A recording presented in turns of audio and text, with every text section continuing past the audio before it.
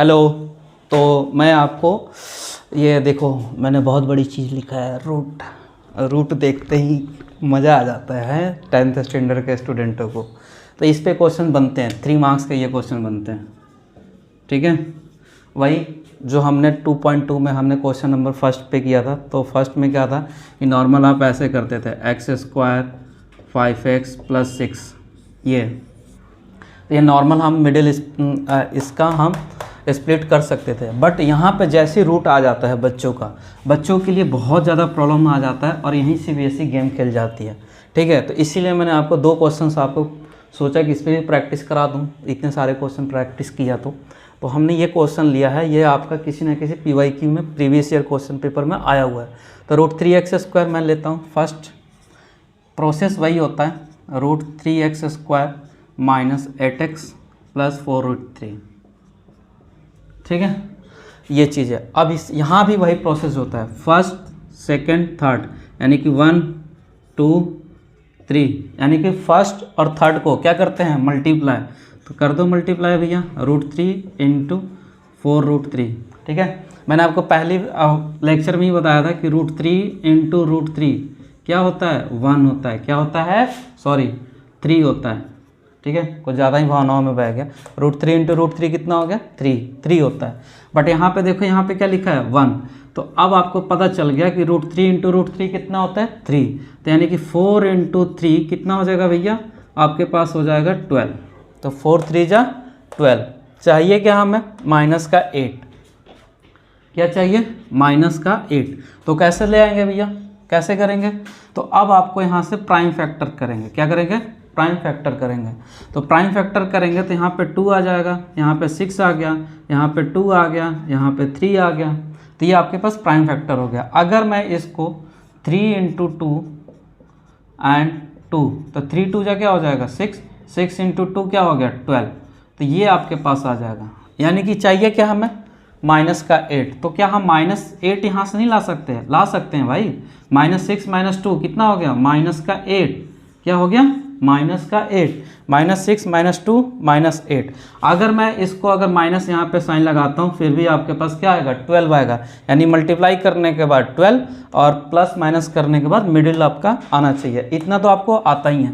चलो, तो ये प्रोसेस हम यहाँ पे रखते हैं। तो ये आपके पास √3x² माइनस का हमने यहाँ पे लिख लिया 6x माइनस का 2x, ठीक है, प्लस 4√3। ये चीज़ें समझ आया, नहीं आया, आ गया होगा, ठीक है। अब इस 6 को आप कैसे लिख सकते हो, इस 6 को आप ऐसे लिख सकते हो, 2 × 3। अब देखो यहाँ पे √3, यहाँ √3 लेके बैठा हुआ है। तो इसको आप ऐसे लिख सकते हो क्या बेटा, 2 × √3 × √3। बोलो, लिख सकते हो या नहीं लिख सकते हो। तो कोई बोलेगा नहीं लिख सकते हैं, कोई बोलेगा लिख सकते हैं। बेटा लिख सकते हैं, क्योंकि इस 3 को हम अभी बताया था आपको कि √3 × √3 = 3 होता है। तो आप √3 × √3 3 के इक्वल में लिख सकते हो। तो 3 की जगह पे हमने क्या लिख दिया, √3 × √3, 2 को एज इट इज रख दिया। क्यों एज इट इज रख दिया, क्योंकि यहाँ पे 2 की ज़रूरत ही नहीं है, 2 हमारे पास रूट में है ही नहीं, इसलिए हमने लिखा ही नहीं, ठीक है। तो ये चीज़ है, तो ये आपके पास आ जाएगा। तो √3x²। अब इस 6 को हमने ये लिख दिया। तो यहाँ पे x है तो x कहीं भी लगा देंगे, यहाँ पे चलो x लगा दिया, तो यहाँ भी x लगा दिया। अब ये क्या है आपके पास, माइनस का है, तो हम यहाँ पे माइनस लगा दिया। 2 × √3 × √3x minus 2x + 4√3। I think ये समझ आ गया होगा, ठीक है। ये क्लियर हो गया, ओके। अब देखो यहाँ से आप कॉमन लेने की कोशिश करो। अब देखो यहाँ पे √3x है, यहाँ भी √3x है। अब बोलोगे भैया यहाँ तो x² है। अरे भैया लेते हैं, कॉमन लेते हैं। कैसे लेते हैं, x² = लिखते हैं ना, x × x, तो x बाहर आ जाएगा। तो यहाँ से आपके पास क्या आ जाएगा, √3x, ठीक है, एंड x, ठीक है भैया। x और n थोड़ा ध्यान देना, दोनों एक साथ बन जाता है, ठीक है। x माइनस, अब ये √3x बाहर आ गया, तो यहाँ पे क्या लिख सकते हो, 2√3। क्या लिख सकते हो बेटा, 2√3। अब जो प्रॉब्लम आता है स्टूडेंटों को, यहाँ से प्रॉब्लम आता है क्या, अब देखो यहाँ पे आपके पास प्लस चाहिए x, यहाँ पे क्या है माइनस है, तो क्या करेंगे, अगर आप ध्यान रखना कि अगर हम कुछ भी अगर लेते हैं, अगर यहाँ पे माइनस है यहाँ पे प्लस है, तो अगर हम कॉमन लेते हैं ना, कॉमन लेते हैं तो साइन अगर माइनस लेते हैं तो माइनस वाला प्लस हो जाता है और प्लस वाला माइनस हो जाता है। क्या होता है, अगर हम कॉमन लेते हैं तो माइनस वाला क्या हो जाता है, माइनस वाला प्लस हो जाएगा और प्लस वाला क्या होगा, माइनस होगा। ये बहुत बड़ा ध्यान रखना होता है और ये बहुत बंदे गलती करते हैं एग्जाम हॉल में, तो इसको आपको फोकस करना है। तो यहाँ पे क्या है आपके पास -2 है, तो यहाँ से मैंने -2 कॉमन ले लिया, क्या बचा, यहाँ पे प्लस हो जाएगा। इसको थोड़ा रफ कर लेता हूँ क्योंकि इसके आपकी नीडेड नहीं है, ठीक है।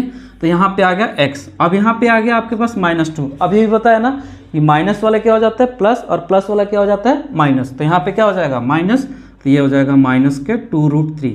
क्लियर, इजिकल टू आप 0 कंसीडर कर सकते हो, x - 2√3 x - 2√3, तो ये आ गया आपके पास, ठीक है। ये तो ये आपके पास आ गया √3x, क्या आ जाएगा बेटा, √3x - 2 इजिकल टू 0। यहाँ से मेरा काम होता है कि 2 पार्ट में डिवाइड कर दो, एक बार इसको 0 करोगे तो ये आ जाएगा कितना, x - 2√3 इजिकल टू 0। इसको इधर शिफ्ट किया तो x इजिकल टू क्या हो गया, 2√3। क्या है बेटा, 2√3। अब यहाँ से देखो, इसको आप 0 करोगे तो ये आपके पास कितना आ जाएगा, √3x - 2 इजिकल टू 0। अब इसको इधर शिफ्ट करोगे तो ये आपके पास क्या आ गया, √3x, ठीक है, इजिकल टू 2, और x इजिकल टू क्या हो जाएगा, 2/√3, ठीक है। अब देखो, अब यहाँ पे क्या है, अल्फ़ा और ये क्या है, बीटा।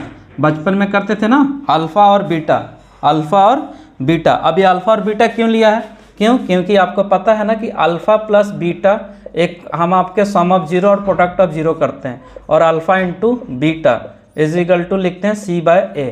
ये चीज़ें समझ आ गया। आप पूछोगे कि भैया हमें तो पता ही नहीं है -b/a और अल्फ़ा इंटू बीटा c/a, मुझे नहीं पता है, आपको पता है, मैंने पीछे करा रखा है, उसको जाके आप देख लेना, ठीक है।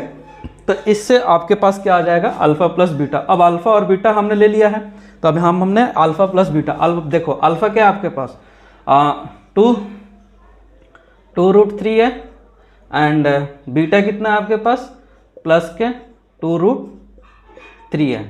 तो ये आपके पास अल्फ़ा प्लस बीटा हो जाएगा, ठीक है। इसको मैं अब रफ कर दूँ, ठीक है, ये थोड़ा सा इधर देख लो। तो ये आई थिंक आप लोगों को समझ में आ गया होगा, ठीक है, ओके। बहुत अच्छा क्वेश्चन है भाई, ये 3 नंबर में आता है, ऐसे नहीं आता ये, थोड़ा इसमें तो थोड़ा टाइम आपको देना पड़ेगा, ठीक है। तो ये चीज़ें, उसके बाद यहाँ पे देखो, अगर मैं इसको अगर देखूँ यहाँ से, तो ये देखो √3x² - 8x + 4√3, ये है ना। मैंने क्या बोला था कि इसके साथ ये स्टैंडर्ड इक्वेशन चिपका दो, आता है चिपकाने, नहीं आता है मत है, यहाँ देख लो आ जाएगा समझ में, ये आ जाएगा आपके पास, और ये तो बस यहाँ से आप गिवन डाटा लिख लोगे, √3 आ गया, b इजिकल टू -8 आ जाएगा, और c इजिकल टू 4√3 आ जाएगा, ठीक है। तो हमारे पास ये फॉर्मेट था अल्फ़ा प्लस बीटा, माइनस का b, तो b अभी लिया हमने क्या, -8 अपॉन a कितना है, √3, ठीक है। तो इसको अभी सॉल्व करोगे तो ये 8/√3 आएगा इसको, तो 8/√3 इजिकल टू 8/√3। अगर इतना भी नहीं आएगा तो 10th में आने की क्या ज़रूरत है, आएगा, समझ आएगा। अब इसको सॉल्व कर लेना, कुछ नहीं करना है। √3 कितना हो जाएगा, 3, और 2 3 जा 6, 6 + 2 8, ठीक है। तो ये ध्यान रखना। और अल्फ़ा इंटू बीटा क्या होगा, c/a, ठीक है। मैं बता दिया हूँ यार डियर, √3 कितना होता है, 3, ठीक है, तो टेंशन नहीं लेना। अल्फ़ा इंटू बीटा, अल्फ़ा कितना है बेटा आपके पास, अल्फ़ा, ठीक है। तो अल्फ़ा हमने ले लिया 2√3, एंड बीटा कितना ले लिया आपने, बीटा यहाँ पे है 2/√3, ठीक है, इजिकल टू c कितना है आपके पास, c हमने देखो यहाँ से निकाला है, क्या निकाला है, 4√3 अपॉन a कितना है आपके पास, 2√3, ठीक है भैया, 2√3। देखो अब देखो इसको इससे कट कर दो, कट हो जाएगा, और ये आपके पास 2√3, ठीक है।